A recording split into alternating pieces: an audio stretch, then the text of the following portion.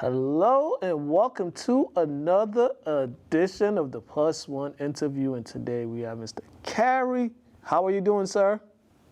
Doing well, thank you. Glad to be here. All right, thank you for coming on. And you have an event going on this Saturday that we are excited to talk about. It is the Basketball Coaches Clinic. I believe that you've done this a couple times. Am I correct? Well, no, the Black Coaches Classic actually started with an invitational basketball event. The Basketball Coaches Clinic is the first time for this particular event. All right, first time. All right, just give me a little background on how all this got put together. Sure. I've been working in education for 20 plus years. I spent most of that time as an athletic director. Most recently, I'm now the Dean of Students at Newton North High School. But I still wanted to be involved in sports and coaching and working with young people. And so a group of my buddies and I got together and began to put together different programs, put together invitationals, put together showcases and things of that nature in and around the Boston area, greater Boston area.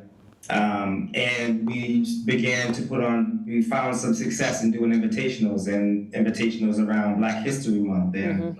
And so we, after doing a Black History Month event in a number of years, we introduced the Black Coaches Classic, which at first was a basketball invitational, about 6 games or so. After the 3rd game, we would recognize coaches who are retired, who are going on and who had major contributions to basketball and the community. So we recognized these coaches at the event. And we did that event in that way 2 years running. Then COVID hit, and we kind of remodeled, and this is what we came up with the Basketball Coaches Clinic to include the Coaches Clinic. Definitely, and from the looks of it, I've seen you got a lot of notable coaches here and former coaches. And one, is this just one of those things where you're just trying to instill the game of basketball to the young individuals, and also a way for coaches just to keep in contact or keep in tune of what's going on in the communities that they either recruit kids, teach kids, or are just around and seeing the kids, on a daily basis? Sure. So a coaches clinic model, you don't see many of them in the Northeast region at all.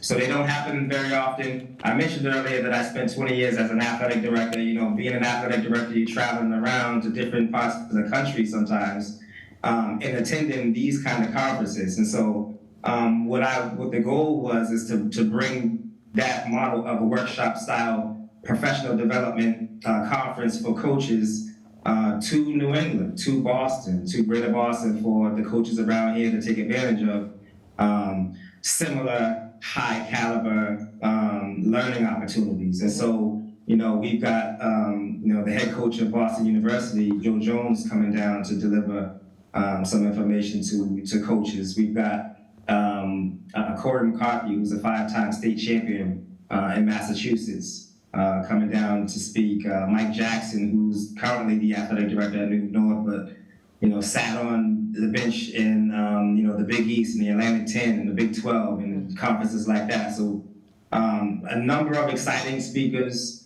Ronnie Nunn, another guy who was an NBA level official, just coming down to share information with coaches in the New England region who don't often get out to workshop style professional development conferences. Yeah, definitely. I agree with you on that, because I know here in Lynn they had one. This was more sort of football coaches. They had one, I think, like over the summer before football season come. They had like a little coaches conference just to trade ideas. And you're very right. This is like something very unique. I've never seen it before, but yeah, because coaches don't get that time to come amongst each other and just like share minds and all that good stuff, because of they're getting their players ready, coaching, just trying to all the things that are entail of being a coach, which is like a 365-day job. So this type of stuff like that is very much needed. And I feel like it also helps them just mental freedom. Like sometimes you need to get with your people in the same field and just, mentally escape and just talk about things and see how each one could help each other. Absolutely. I mean, coaches are, I mean, those of us who work in education know that we're always borrowing ideas from other teachers and coaches from other coaches. So this is just another opportunity for coaches to share information in a venue where there are, coaches who have seen, basketball at its highest, to be able to bring back information, to our youth coaches and local college coaches as well. Yeah, so what are we going to see? What are some of the things that we're going to see in some of the discussions that will be happening on Saturday when these coaches go up there and speak? Sure. So how I've been promoting it is that we'll be unpacking concepts related to coaching principles, to in-game strategies, out of bounds plays, and quick 5-second situations.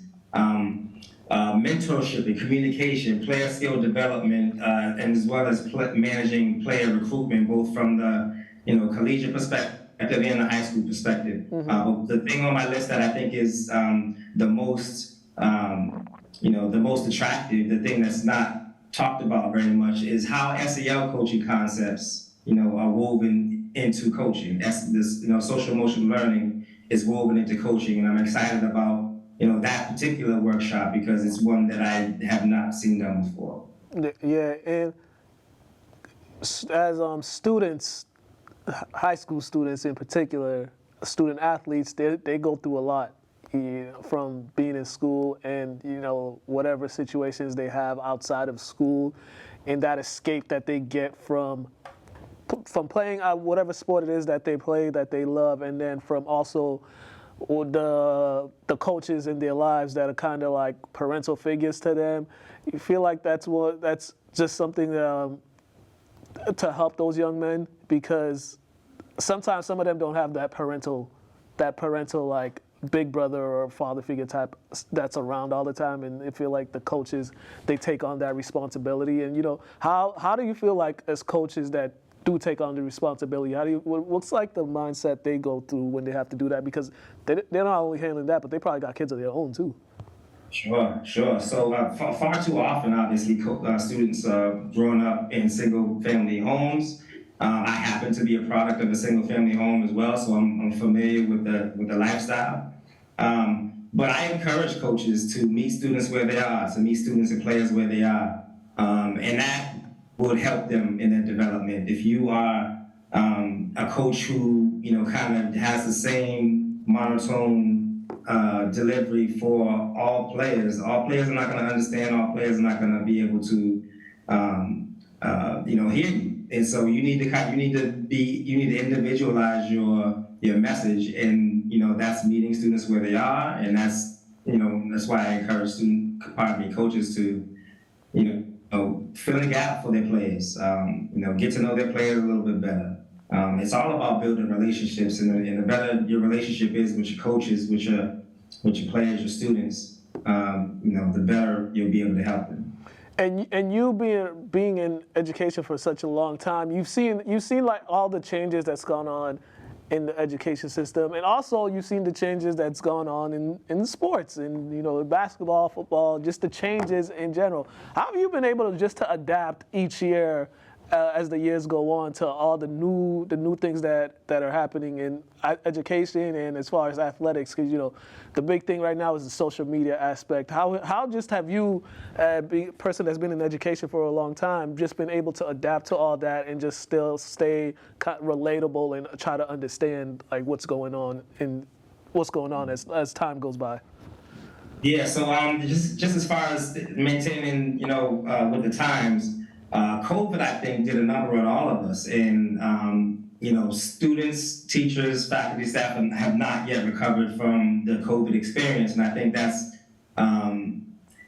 it's hindered the development. And so, technology has allowed everyone to catch up. It's allowed students to be caught up in the classroom. It's allowing coaches to be more creative in their delivery and their execution.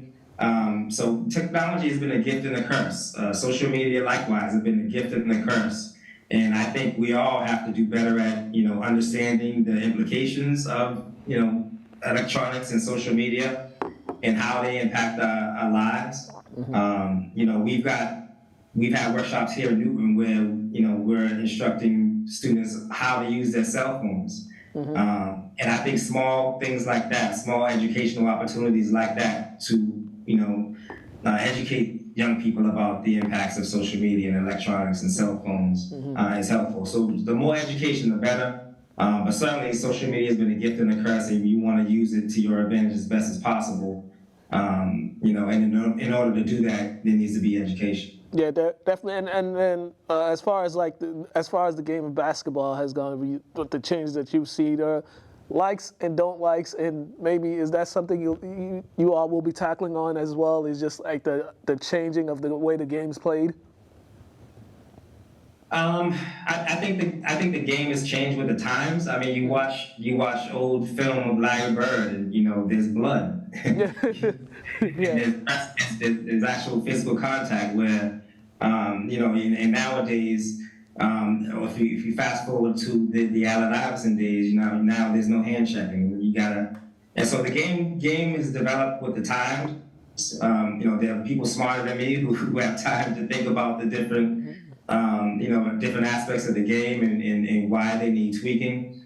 I heard on social media just yesterday that there's a new rule in high school basketball where the 1-on-1 is being taken away.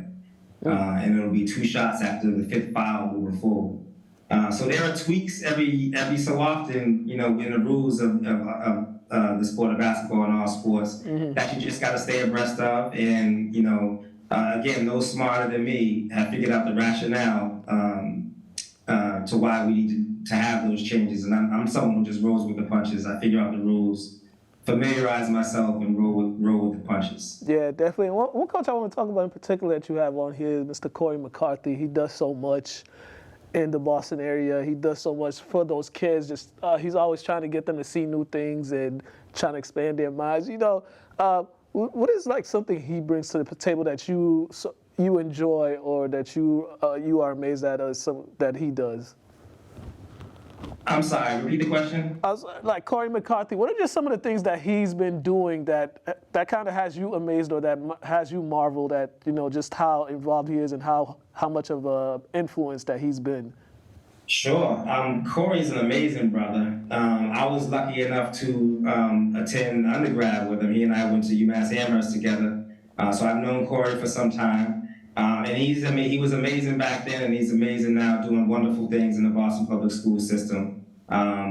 Really striking while the iron's hot. They trust him. They believe in, the mission that he's sharing with them, and they're allowing him the flexibility to program, to get out in the community and to, and like I mentioned earlier, meet the community where they are, meet the students and families where they are, and offer them the programming that'll help them, move from A to B to improve their development. So he's a risk taker. You know what I'm saying? He's someone who I admire, and he is someone who in the leadership of the Boston Public Schools who I think is going to take them to the next level. Yeah, definitely. Once again, October 21st. That is this Saturday. Please plug in all your social media's website and where they can find more information about the Basketball Coaches Clinic taking place this weekend.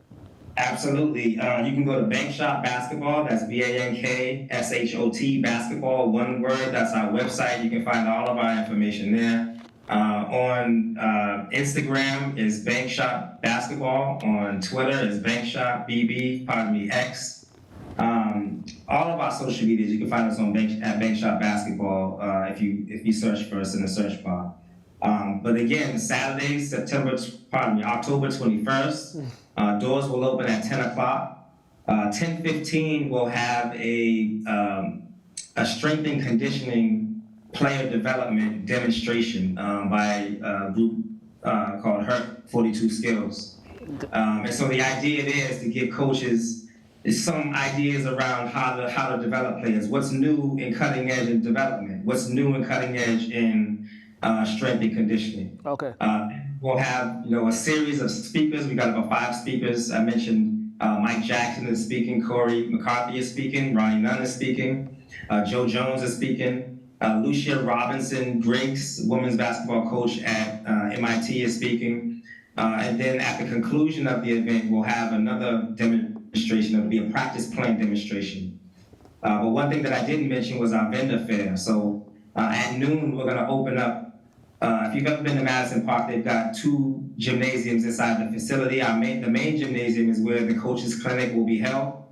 The back gym is where the vendor fair will be held. And we have a number of exciting vendors that are going to be out there sharing information. And it'll be a wonderful, wonderful experience for those of you who can attend. So please come on down. The coaches' clinic is free. All you have to do is register with the QR code or with the link that's available on all of our social medias and also on the website. But looking forward to welcoming, all of New England coaches. This is really an event for all communities to come together and really network and share information to help, our New England basketball community improve. All righty, sir. Thank you for taking the time to chat with me about this event. Definitely it sounds like a very good one. So if you are free this weekend, go and attend to that. It's only like a 30-minute drive from Lynn to up there. So if you got nothing to do, go up there, check it out, go support. It's been fun having you, but we'll sure to have you on again as the time goes on down the line, as well as you come up with more events. And then I'll definitely be in February. I'll definitely be there for those Slater games. Absolutely. Thanks for having me. Look forward to chatting again. All right. You guys have been watching the Plus One interview. Have a good one.